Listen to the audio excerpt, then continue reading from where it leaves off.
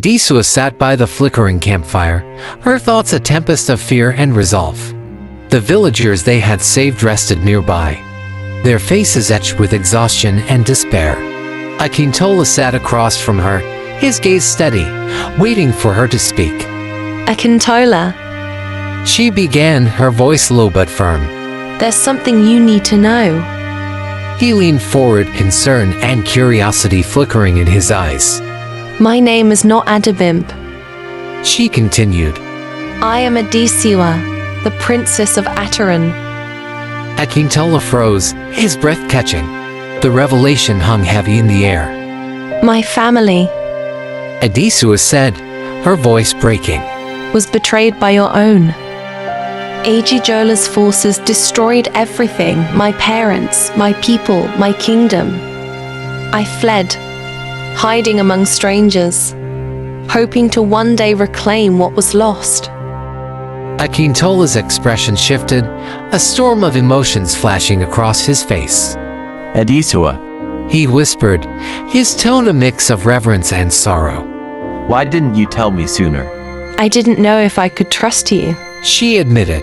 and now that I know who you are, She hesitated, searching his face for answers. you're the son of the man who took everything from me. The weight of her words settled between them. For a moment, Akintola went silent. Then he spoke, his voice steady and measured. You're right. My father is the monster behind your suffering. But I am not my father. I left his palace because I refused to be part of his tyranny. Everything I've done since has been to distance myself from his shadow. Adesewa studied him, searching for deceit, but found none.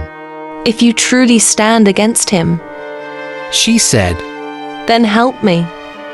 My people need me, and I can't do this alone. Akintola nodded without hesitation. You have my loyalty. He said, Together, we will bring justice to Ataran. their bond solidified. Adesewa and Akintola began to strategize. They decided to infiltrate Ajijola's forces, posing as mercenaries seeking work. With Akintola's knowledge of the palace and Adesewa's cunning, they believed they could gather intelligence and rescue Sarah. Their journey to Ajijola was fraught with danger. Along the way, they encountered remnants of Ataran's people, displaced and struggling to survive. Adesewa's heart ached as she listened to their stories of loss and hardship. She vowed to restore their hope and bring them justice.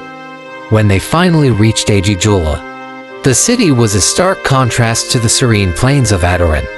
Its towering walls loomed ominously, and its streets were filled with soldiers and merchants, disguised in tattered clothes. Adesewa and Akintola entered the city, blending in with the crowds. Through Akintola's contacts, they secured a meeting with Chief Olumide, who now held considerable power. Unaware of their true identities, he was intrigued by their proposal to join his forces. We need capable fighters, He said, eyeing them with suspicion. but trust is earned, not given. To prove their worth, Olumide assigned them to a mission: to track down and capture a group of rebels hiding in the outskirts. Adesewa and Akintola reluctantly agreed, knowing they had to play along to gain his trust. As they prepared for the mission, Adesewa's resolve deepened. She knew that every step brought her closer to avenging her family and freeing her people. But she also knew the risks. If their true identities were discovered, their lives would be forfeit. The mission took them to a remote village where they found the rebels, a small group of Ataran survivors who had taken up arms against Ajijola. Adesewa's heart swelled with a mix of pride and sorrow as she revealed herself to them. I am Adesewa, your princess. She said, her voice trembling with emotion. I have come to reclaim our kingdom, but I cannot do it without you. The rebels knelt before her, their eyes filled with hope and reverence. We are yours to command. Their leader said. Weeks later, with the rebels' support, Adesewa and Akintola began to build a resistance, spreading the word to other villages and rallying Ataran's displaced people. Their numbers grew, and so did their strength. but their actions did not go unnoticed. Chief Olumide grew suspicious of the mercenaries he had hired, and King Adesewa's paranoia intensified. The king ordered a crackdown on any signs of rebellion, unleashing his soldiers on the people. As the tension escalated, Adesewa knew the time for subterfuge was running out. She had to confront her enemies head-on, even if it meant risking everything.